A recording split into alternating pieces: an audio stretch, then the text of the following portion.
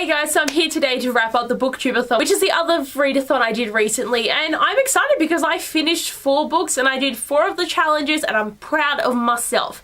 But most of the books I read were quite small, so it made more sense that I got them read, but still, 4 books is more than half the books I wanted to read, and just like, yay me. The first book I read was Fantastic Beasts and Where to Find Them by J.K. Rowling, and like, I am excited because I read this book on the Monday where I had time to read most of it in the morning, and I finished it that night, and my plan was to watch the movie, but then that didn't happen because I had someone staying at my house, so I couldn't really watch a movie at 12 o'clock at night. So this book was my book to movie adaptation book. I watched it a couple of days later, but I still watched the movie. I was actually watching it as I made my book dominoes video, so I managed to do the book to movie adaptation challenge once. Like every time, I've never managed to get to the book and I never managed to watch the movie, and I'm so sad at myself because I suck.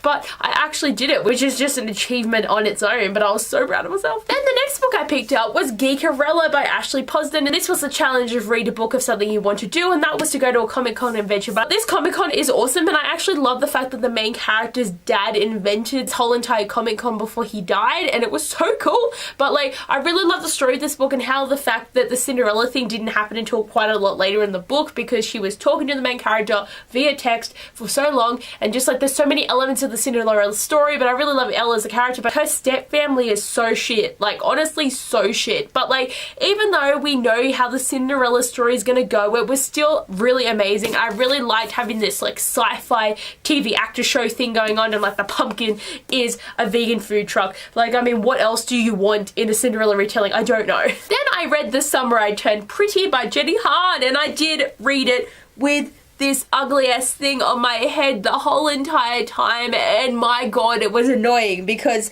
I had my hair up and it was itching my ears because my ears were hurting for some reason, and it was just very annoying keeping this on my head. I feel like I've got like a Hannah Baker vibe going on, like now being like, I didn't love this book as I hoped to, because I only gave it 3 out of 5 stars, and I'm kind of annoyed about it because Jenny Han wrote To All the Boys I Loved Before, and that was amazing. But no, this book was stupid because it's meant to be this love story about this girl who, when she gets to 16, all the boys discover that she actually is gorgeous because the summer turned pretty. She's meant to be in the middle of this love triangle between 2 brothers who both love her, and she loves them, but she loves one more than the other. But literally no romance happens in this book, and she has another boyfriend the whole entire book. So this synopsis is all like, ooh, great romance, but really the book is like, ooh, she's with another guy that we don't even know about. So what? Like, I'm gonna read the next books because hopefully the actual point of the story starts developing. But I think I've heard things from people saying that she does pick one brother, but then she ends up with the other one anyway. I'm just like, what? In like with To All the Boys I Loved Before, literally every single book has a new love triangle happening, and the character just has to pick between her original boyfriend or the new guy every single book, and I'm just like, are you even loyal or anything? So it's just like, maybe Jenny Han doesn't write the best romances, and I was so keen, and it's like such a gorgeous cover, but it's not what I wanted. The last book I read was 1,000 Perfect Notes by C.J. Drews. I'm like, oh my god, I finally read another anticipated read, but I also finally read her book. Like, I can't even, like, I don't know why it took me so long because I didn't buy it for ages, and then I finally did buy it, and it was just like the longest wait. And then it was kind of like, oh my god, BookTubeAthon's on, I have to read this book right now. If you are ready to experience your soul being ripped from your body, this is your book, because it's so sad but so good. But their mum is so awful, and Beck is just this innocent little cinnamon roll who does not deserve her shit, and I would protect him with my life, and this bitch is coming in here being all like, oh, make you play the piano or I'm gonna kill you. And it's just like,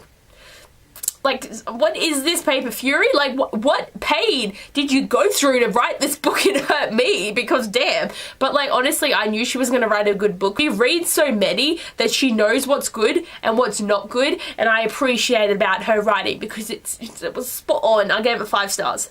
Oh crap. Just saying, I actually did start reading You Know Me Well by Nina LaCour and David Lethy, and I was 30 pages in. I'm now halfway since the BookTubeAthon ended a couple of days ago, and I actually planned on finishing this tonight because this was the first book I got in Wire Chronicles like 2.5 years ago, and I was like adamant that I needed to read this book, but I chose to read Fantastic Beasts first because I knew I could get that done. And if I started with this one, I probably wouldn't have read as many books as I did because I was on a roll. I was like, I read 1 book in a day, let's keep going. But now it's my plan to finish this book, and then I got to catch up on my rereads because I have been really lacking in the rereads, so I'm like behind by a month on both lots of rereading. So this is the book that I'm going to finish next, but but I am really enjoying it, and I didn't realize this actually just took place during the Pride Week festivals, and I was just like, damn, I don't even know what this book is about, but I'm really enjoying it. And there's 2 characters in this book, and they become best friends in a week, and it's already ripping my soul out though. Like, these 2 authors know how to write pain, and I'm not okay. So sadly, I didn't read Batman Nightwalker by Marie Lu or Defy by Sarah B. Larson. Like, it would have been good to read these books, but like,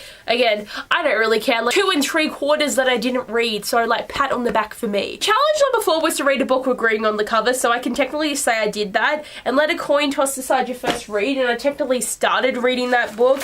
And the other challenge was read 7 books. So like, I'm gonna say I finished 5 challenges, because you can never read 7 books if you didn't read 7 books, you know. But anyway, guys, it's very sad to know the BookTubeAthon is over again, but it's the best readathon of the year, and I'm always excited because time is sort of directed towards Christmas, because we are now closer to this Christmas and last Christmas, and then once Christmas is done and then you get through the first couple of months, it's always like, BookTubeAthon again. So like, yay to seeing what happens next year, because again, best readathon. I'm gonna get that off my head because it's irritating me. But anyway, guys, thanks for watching this video. I hope you enjoyed, and I'll see you guys later. Bye!